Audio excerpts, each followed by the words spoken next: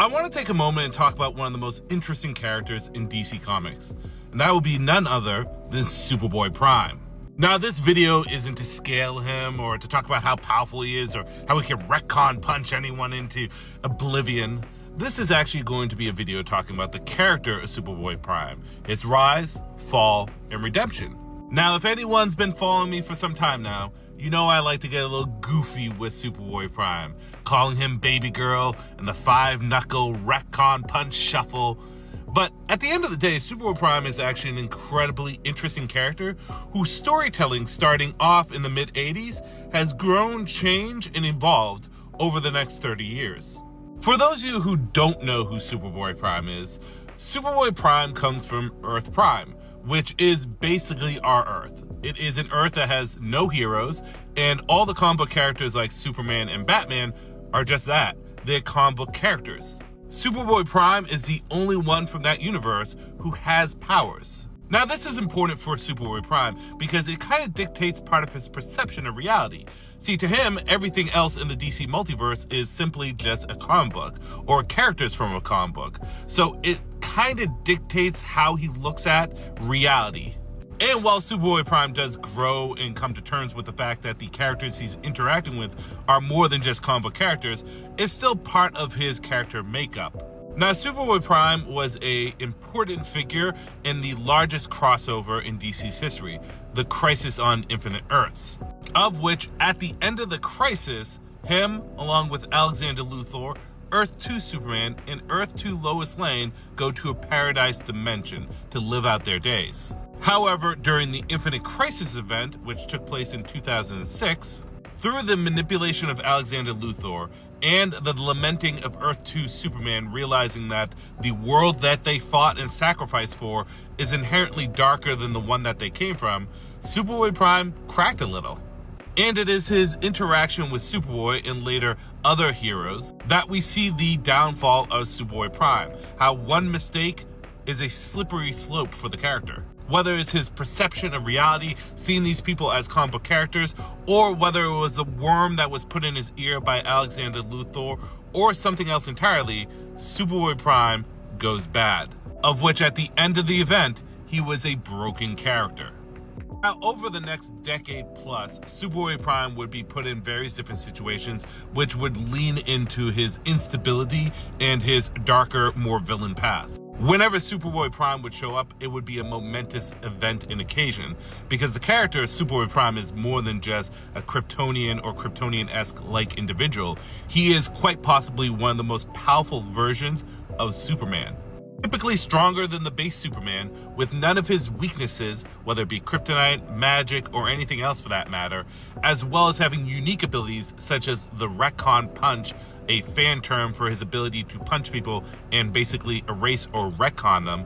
Superboy Prime becomes one of the most dangerous enemies and antagonists in the DC universe. However, something started to happen during the Death Metal event, specifically in the Secret Origin one-shot. Things look grim during Death Metal. The Batman Who Laughs, who is now the Darkest Knight, has basically won. There is no hope left. The only person that the heroes of the DC universe can turn to at this point is Superboy Prime. The sad thing about this is that Superboy knows everyone hates him, and in turn he hates them.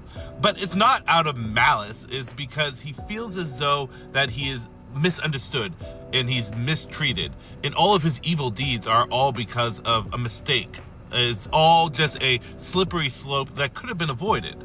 And funny enough, it's actually Krypto that inspires Superboy Prime to take a stand. Oh, he does. He rushes into battle against the Darkest Knight. And while the Darkest Knight tried to tempt Superboy Prime in that battle, which years ago he would have probably accepted that temptation, instead, he decided to fight on, using his retconning ability to in turn kill himself and retcon himself. Yes, it's in this encounter and in his supposed death that Superboy Prime was reborn. Given a second chance, a restart to his life, Superboy Prime decided to take the necessary steps to become the hero he ultimately wanted to be. To the point that, as of recently, in Superman issue number 28, he starts working with the Man of Steel. He wants to go on a redemption arc for himself, and helping out Superman is the best way to do it. Granted, he knows that there is a threat that's coming, so he sees the grander scheme of things, but deep down, Superboy Prime does want to be a better person. He's done horrible things, and he acknowledges that, but he does want to be that ideal hero. Funny enough, again, the perception that Superboy Prime has on other comic book characters show up here, where Superman points out that he kills people, and Superboy Prime says, hey, that's at least like 2 retcons and reboots ago. Most of those people I killed are probably back to life. Superboy Prime would even seemingly sacrifice himself as a gesture of heroics for Superman, for the greater good. But he doesn't die. He's still around. And more so over because of the character arc that he's been going on, the redemption arc. After the DCKO event, as well as currently now, Superman's going to be missing.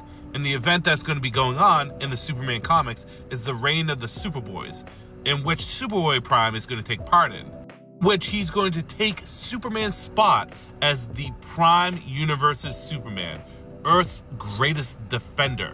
A good comparison I like to make for Superboy Prime in terms of his story arc is that of Lucifer Morningstar.